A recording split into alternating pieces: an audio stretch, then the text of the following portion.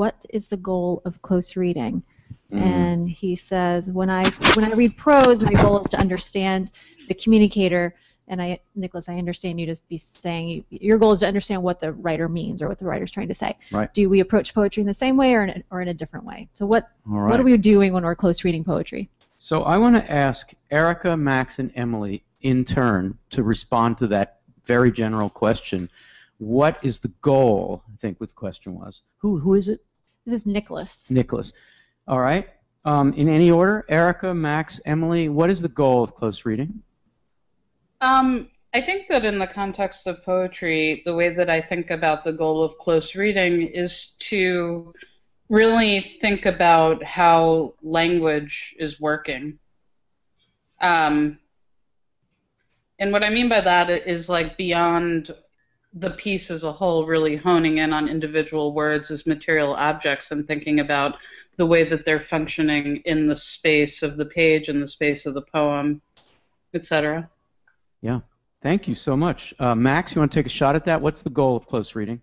Yeah, I agree with Erica. Actually, I was going to say that for me, close reading is about finding everything other than the author's intention, quote unquote.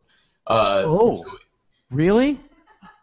Yeah, I think that's actually part of it. I think that the close reading actually helps to explode the notion that we need to discover that the author is communicating, some sort of secret thing that we need to kind of uncover. But rather, we can do, as Erica said, we can see the way that language is functioning in a sort of broader context, in a social way, political ways. It helps us to kind of deal with lots of the baggage that is built into the language and lots of the baggage. So what you're saying here leads to all kinds of controversial things, but let's just try one of those.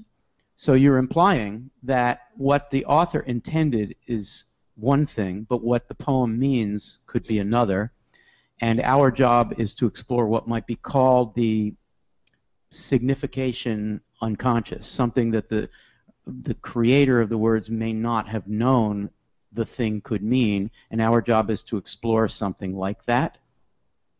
And I use the word unconscious deliberately so that we're getting into the realm of analysis of texts to find out what the writer may not have wanted us to know, etc. Exactly. Yes. Just to throw repression and suppression in there. I'm getting an affirmative look from Eric Weinstein in the back, which means that I'm appropriately going into the realm of analysis. You're approving it. Wait, you have to get a mic. Hang on, Max. Here's Eric. There's so many ways to talk about this, and there's been a lot of critical. Are we hearing him okay? Hmm? We're getting the mic on back there. There's a lot of ways to talk about this. We've got 100 years of critical theory now, more or less. But one thing I would say is that you can get close to a person, you can get close to a poem, you can get close to a poet. Those are things that have to do with each other, but each is slightly different.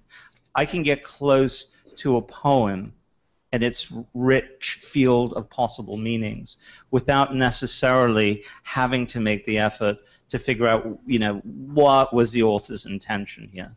Yeah, and I don't think Max he just put that in as one of the many possibilities. I think the two of you agree. Max, do you want to do a follow-up before I turn to Emily? Yeah, I like the idea of, I guess, of the unconscious that you used, Al.